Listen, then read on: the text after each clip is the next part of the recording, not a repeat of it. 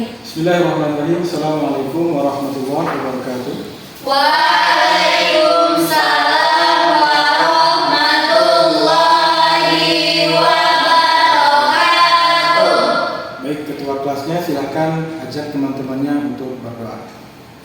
Doa mulai. Bismillahirrahmanirrahim. Rabbi sholli sholli wa yassir li amri wahlul 'uqdatam min lisani yafqahu qawli. Rabbi zidni ilman warzuqni fahma. Amin.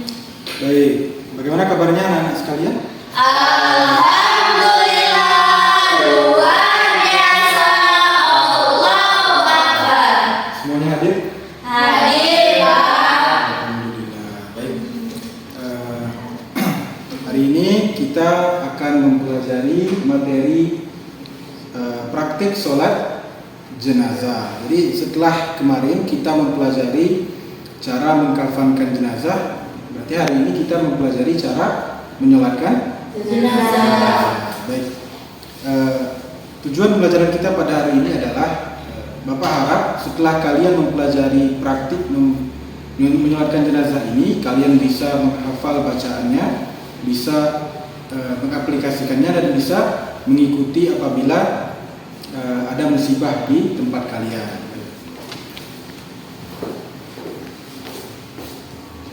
Sebelumnya Bapak mau bertanya dulu. Di sini apakah ada yang pernah ikut sholat jenazah atau barangkali cuma menyaksikan saja? Ada pernah. Ada yang pernah? Yang belum pernah coba tunjukkan. Belum pernah semua? Kecuali rumah. Coba kau pernah ikut? Pernah Bapak? Pernah. Pernah. Nah, dalam sholat jenazah itu apa saja yang dilakukan kau? Tidak tahu Bapak, ikut saja Bapak. Ikut Bapak. Oh, berarti kau cuma ikut imamnya saja. Iya Bapak. Baik. Jadi hari ini kita akan belajar sholat jenazah. Itu kita akan belajar pengertian, hukum, syarat, rukun, tata cara pelaksanaan dan apa hikmah dari sholat jenazah tersebut. Baik, yang pertama adalah pengertian dan hukumnya. Jadi sholat jenazah itu adalah apa? Sholat jenazah itu adalah sholat yang dilakukan terhadap jenazah seorang muslim yang telah meninggal dunia sebelum dia dimakamkan. Jadi ketika ada saudara kita sesama muslim itu meninggal, wafat, dia tidak langsung dikubur. Kita sebagai muslim dianjurkan di dalam syariat Islam untuk memandikannya terlebih dahulu, ya, kemudian mengkafaninya, memakaikan dia pakaian yang layak dan termasuk menyolatkannya, memberikan penghormatan terakhir kepada saudara kita tersebut. Kemudian sholat ini tidak memiliki rukuk, sujud, tasyahud dan duduk seperti sholat biasa. Jadi sholat jenazah itu dia tidak seperti sholat-sholat yang lain. Kalau sholat yang lain kita setelah kita membacanya kita takbir, setelah takbir kita membaca Al-Fatihah. Setelah itu ada rukuknya, ada takbiratul bukan, tidak. Ada yang tidak. Tapi dalam sholat jenazah itu tidak ada. Dalam sholat jenazah kita hanya mengucapkan niat, kemudian takbir 4 kali, dan di dalam takbir itu kita membaca Al-Fatihah, kemudian sholawat, takbir yang kedua, kemudian pada takbir yang ketiga kita membaca doa untuk jenazah, kemudian doa lagi pada takbir keempat, kemudian diakhiri dengan salam. Itu adalah pembeda di antara sholat jenazah dengan sholat-sholat seperti biasanya. Kemudian apa hukumnya? Apa hukum dari melaksanakan sholat jenazah? Hukum melaksanakan sholat jenazah adalah fardu kifayah. Nah, apa itu fardu kifayah?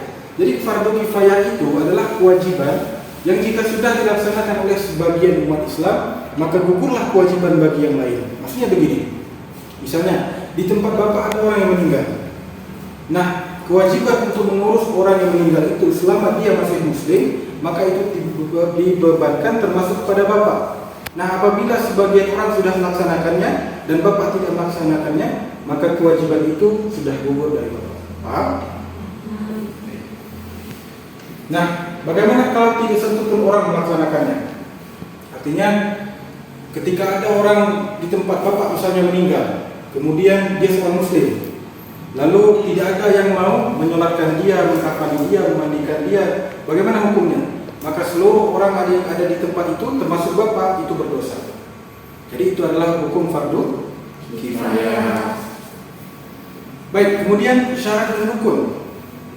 Nah, syarat dan ketentuan. Yang pertama, jenazahnya adalah seorang muslim. Artinya jenazahnya satu agama dengan kita. Yang kedua, jenazahnya sudah dimandikan dan dikafani.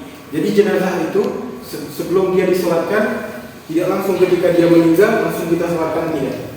Ya, seharusnya jenazah itu dia sudah dimandikan, sudah dikafani dan sudah siap untuk dikuburkan. Maka sebelum dia dikuburkan, maka dia disolatkan. Nah, yang ketiga, jenazah diletakkan di hadapan jamaah. Jadi waktu melaksanakan sholat jenazah itu salah satu syaratnya adalah adanya jenazah di hadapan kita yang akan kita sholatkan. Nah, bagaimana kalau tidak ada jenazahnya? Bolehkah kita laksanakan sholat jenazah? Boleh. Ya, tapi sholatnya termasuk sholat jenazah seperti misalnya kita mau mensolatkan jenazah teman-teman kita atau saudara-saudara kita yang ada di Palestina, itu boleh. Ya, jadi tidak harus jenazahnya ada di depan kita. Kemudian yang keempat, sholatnya dilakukan dalam keadaan suci, berwudu dari hadas dan najis serta menghadap kiblat. Ini syaratnya sama seperti sholat-sholat pada umumnya. Ya. Kemudian yang kelima, berdiri bagi yang mampu. Jadi sholat jenazah itu juga boleh kalau ada yang tidak tahan untuk berdiri, dia boleh duduk. Dia juga boleh berdiri, boleh duduk. Maksudnya tidak diwajibkan untuk duduk, berdiri. Kemudian yang keenam, jumlah jamaahnya minimal satu orang selain imam. Nah, apa ini maksudnya? Sholat jenazah itu harus dilaksanakan, afdolnya itu adalah berjamaah. Kemudian kita masuk ke rukun. Nah, apa rukun dalam sholat jenazah? Yang pertama, membaca niat. Jadi sholat jenazah itu juga sama seperti sholat-sholat yang lain, ada niatnya. Yang kedua, kita berdiri bagi yang mampu. Semuanya mampu berdiri kan? Mampu. Kecuali kalau tidak ada yang kuat berdiri, maka dia boleh duduk. Kemudian yang ketiga, takbir sebanyak 4 kali. Di dalam sholat jenazah itu wajib yang namanya takbir sebanyak 4 kali. Kemudian pada takbir pertama membaca surah Al-Fatihah setelah takbir pertama. Nah, kemudian yang kelima membaca sholawat atas Nabi Muhammad SAW. Kemudian yang ketiga, yang keenam membaca doa untuk jenazah setelah takbir ketiga. Kemudian yang ketujuh membaca doa umum atau doa penutup setelah takbir keempat. Kemudian yang terakhir adalah ditutup dengan salam. Nah, ini adalah niatnya. Kita masuk kepada tata cara pelaksanaannya. Jadi niatnya itu berbeda. Kalau jenazahnya laki-laki ada niatnya. Kalau jenazahnya perempuan ada lagi pembeda niatnya. Nah, kalau jenazahnya laki-laki, niatnya adalah usolli ala hadzal mayyiti arba'a takbiratin fardhu kifayah imaman makmuman. Nah, di sini perbedaannya. Kalau yang jadi imam, khususnya yang laki-laki, itu bacanya imaman. Tapi kalau yang ikut imam, bacanya makmuman. Raka'ataini lillahi ta'ala. Itu niat sholat jenazah untuk laki-laki. Nah, bagaimana dengan perempuan? Sama saja. Yang membedakannya adalah dhamirnya saja. Kalau yang niat sholat jenazah laki-laki tadi adalah ala hadzal mayyiti, maka untuk jenazah perempuan kita membacanya usolli ala hadzihil mayyitati arba'a takbiratin fardhu kifayah imaman makmuman raka'ataini lillahi ta'ala. Itu adalah niatnya. Nah, kemudian pada takbir yang pertama, setelah kita membaca niat, kita masuk takbir yang pertama. Takbir yang pertama itu membaca surah Al-Fatihah. Di sini semuanya sudah bisa semua Al-Fatihah. Sudah. Ada yang tidak hafal? Hafal semua ya? Nah, kemudian pada selanjutnya takbir yang kedua kita membaca sholawat atas Nabi Muhammad SAW. Jadi ada dua versi nih. Yang pertama kita membaca sholawat kepada Nabi yang versi pendeknya, yang secukupnya saja. Yaitu pada takbir kedua, Allahu Akbar, Allahumma salli ala Muhammad wa ala ali Muhammad. Nah, bagaimana dengan salawat yang afdal atau yang sempurna? Bacanya sama, Allahumma salli ala Muhammad wa ala ali Muhammad kama sallaita ala Ibrahim wa ala ali Ibrahim wa barik ala Muhammad wa ala ali Muhammad kama barakta ala Ibrahim wa ala ali Ibrahim fil alamin innaka Hamidum Majid. Jadi kalau yang sering sholat ini sering kita temui pada bacaan apa? Tahiyat. Iya, betul. Ya. Berarti gimana dengan sholat ya? Insyaallah Pak. Kemudian setelah takbir yang kedua, setelah baca salawat kita takbir yang ketiga. Nah, ini adalah intinya, yaitu kita mendoakan jenazah. Jadi pada saat takbir yang ketiga, saya begini, Allah Akbar, ini takbir yang ketiga, maka kita membaca doa Allah maghfir lahu warhamhu wa'afihi wa'fu anhu. Ini untuk jenazah laki-laki. Nah, yang di atas itu adalah doa versi pendeknya. Maksudnya secukupnya saja. Kalau kita tidak hafal yang panjang, bagaimana kalau baca yang pendek? Apakah sah sholatnya? Sah. Yang penting dibaca. Adapun doa yang lebih sempurna yaitu Allahumma ighfir lahu warhamhu wa'afihi wa'fu anhu wa akrim nuzulahu wa wasi' madkhalahu wa agsilhu bil ma'i was-salji wal barad wa nakkihi minal khataya kama yunakka as-sawbul abyadu minad danas wa abdilhu daran khairan min darihi wa ahlan khairan min ahlihi wa zawjan khairan min zawjihi wa qihi fitnatal qabri wa azaban nar. Itu doa yang lebih afdal. Tapi kalau tidak hafal boleh baca yang lebih pendek. Nah, itu kalau doa untuk jenazah laki-laki. Bagaimana kalau jenazahnya perempuan? Doanya sama saja. Yang dibedakan itu adalah domirnya. Kalau ku itu domirnya untuk laki-laki. Nah, kalau yang perempuan itu kita membacanya Allahu Akbar, Allahumma ighfir laha warhamha wa'afihi wa'fu anha. Begitu saja. Itu kalau jenazahnya perempuan. Dan selebihnya juga sama. Hanya saja domirnya yang diganti. Ya. Ini takbir yang ketiga. Setelah takbir ketiga, kita masuk ke takbir yang keempat. Nah, ini juga kita membaca doa untuk jenazah. Bacanya adalah Allahu Akbar, Allahumma la tahrimna ajrahu wa la taftinna ba'dahu waghfir lana wa lahu. Ini kalau jenazahnya laki-laki. Jadi kalau jenazahnya perempuan tinggal hukumnya diganti dengan ha. Setelah kita membaca doa penutup ini, maka yang terakhir ditutup dengan yang terakhir misalnya posisi kita masih bersedekap, maka mengakhiri sholat jenazah kita mengucapkan salam ke arah kanan dan kiri. Assalamualaikum warahmatullahi wabarakatuh. Assalamualaikum warahmatullahi wabarakatuh. Bagaimana, sudah paham semua? Ada yang mau ditanyakan dari penjelasan ini? Nah, ini adalah hikmahnya. Jadi waktu kita melaksanakan sholat jenazah itu tidak semata-mata kita melaksanakan suatu ibadah untuk orang lain, tapi ada hikmah dan makna di dalamnya. Yang pertama, kita mendoakan kebaikan dan ampunan bagi orang yang telah wafat. Jadi kita mendoakan orang itu, terutama saudara kita sesama muslim, itu tidak harus waktu dia masih hidup. Ya Allah, ampunilah dosa untuknya, keadaan dia masih hidup. Tapi ketika dia sudah wafat, maka masih boleh kita doakan. Nah, ini adalah salah satu cara mendoakan orang yang telah wafat, yaitu pada saat sholat jenazah. Kemudian yang kedua, bentuk solidaritas dan kepedulian sosial kita terhadap sesama muslim. Jadi kita sebagai kaum muslimin ada yang namanya ukhuwah Islamiyah, yaitu sebuah bentuk persaudaraan kita sesama agama, sesama umat Nabi Muhammad SAW, dan juga bentuk solidaritas kita. Maka kita saling tolong menolong apabila ada saudara kita yang terkena musibah. Nah, yang ketiga, mengingatkan kita bahwa kehidupan dunia itu bersifat sementara. Jadi ketika kita melihat saudara kita yang sudah meninggal, maka terbersih di hati kita, esok, nanti atau lusa saya juga akan seperti itu. Artinya kita tidak boleh sombong, kita ini tidak boleh merasa kita ini abadi di dunia. Ketika kita melihat saudara kita sudah wafat, ketika kita mensolatkannya, maka esok, lusa atau nanti saya juga akan seperti itu. Kemudian yang keempat, menguatkan ikatan ukhuwah Islamiyah di tengah masyarakat. Lalu yang terakhir, meringankan beban keluarga yang berduka. Jadi orang yang ditinggalkan itu dia butuh hiburan, dia tidak bisa mengerjakan pekerjaan seperti mengurus jenazah itu sendirian. Jadi kita sebagai kaum muslimin harus membantu dan menghiburnya. Bagaimana, ada pertanyaan? Apa sudah paham semua? Oke, kalau sudah paham semua, semuanya berdiri. Kita akan mempraktekkan sholat jenazah. Di gaul sebagai imamnya. Jadi Bapak sudah siapkan replika jenazah ya. Jadi kalian anggap ini adalah sebagai jenazah. Punya praktek tidak harus pakai jenazah yang asli kan? Jadi kalian lari.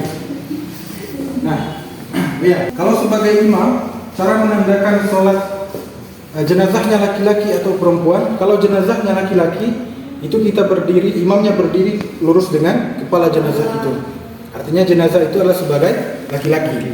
Nah, kalau imamnya lurus dengan pinggangnya, maka jenazah itu adalah perempuan.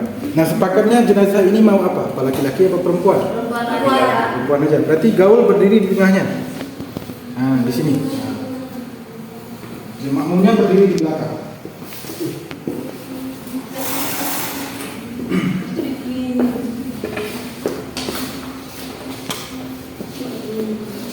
Nah, silakan gaul mengucapkan niatnya lalu diikuti oleh teman-temannya. Salli ala hadhil maitati arba'a takbiratin fardun kifayah imaman billahi ta'ala. Allahu akbar.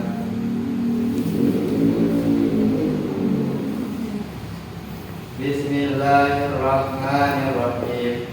Alhamdulillahi rabbil alamin. Ar-Rahmanir-Rahim. Maliki yaumiddin. Iyyaka na'budu wa iyyaka nasta'in. Ihdinas siratal mustaqim. Siratal ladzina an'amta 'alaihim ghairil maghdubi 'alaihim waladdallin. Allahu akbar. Allahumma salli ala sayyidina Muhammad wa ala ali sayyidina Muhammad. Allahu akbar. Allahumma ighfir laha warhamha wa afihi wa'fu anha. Allahu akbar. Allahumma la tahrimna ajraha wa la taftina ba'daha waghfir lana wa naha. Assalamualaikum warahmatullahi. Assalamualaikum warahmatullahi. Oke, jadi setelah melaksanakan sholat jenazah ini, di jenazahnya ini sudah siap dimakamkan. Jadi sebelum dimakamkan, ibaratnya sholat jenazah ini adalah prosesi terakhir sebelum jenazah itu kita makamkan. Oke, semuanya sebelah dulu.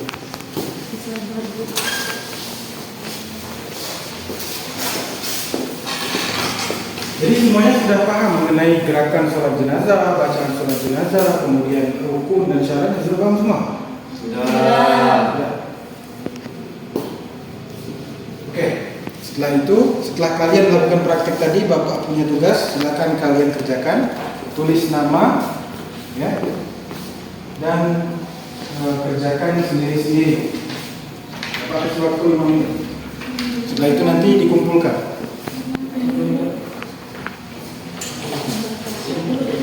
Sudah? Sudah, Pak. Nah, bukan.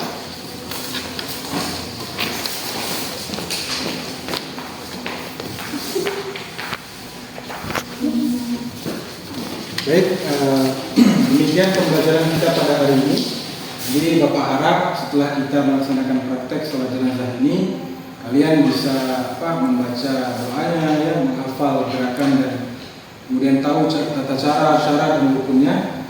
Baik, kita tutup pembelajaran kita pada hari ini dengan mengucapkan lafaz Alhamdulillahirrahmanirrahim. Alhamdulillahirrahmanirrahim. Di minggu depan kita akan belajar praktek menguburkan jenazah. Pak akhiri, Assalamualaikum warahmatullahi wabarakatuh. Waalaikumsalam.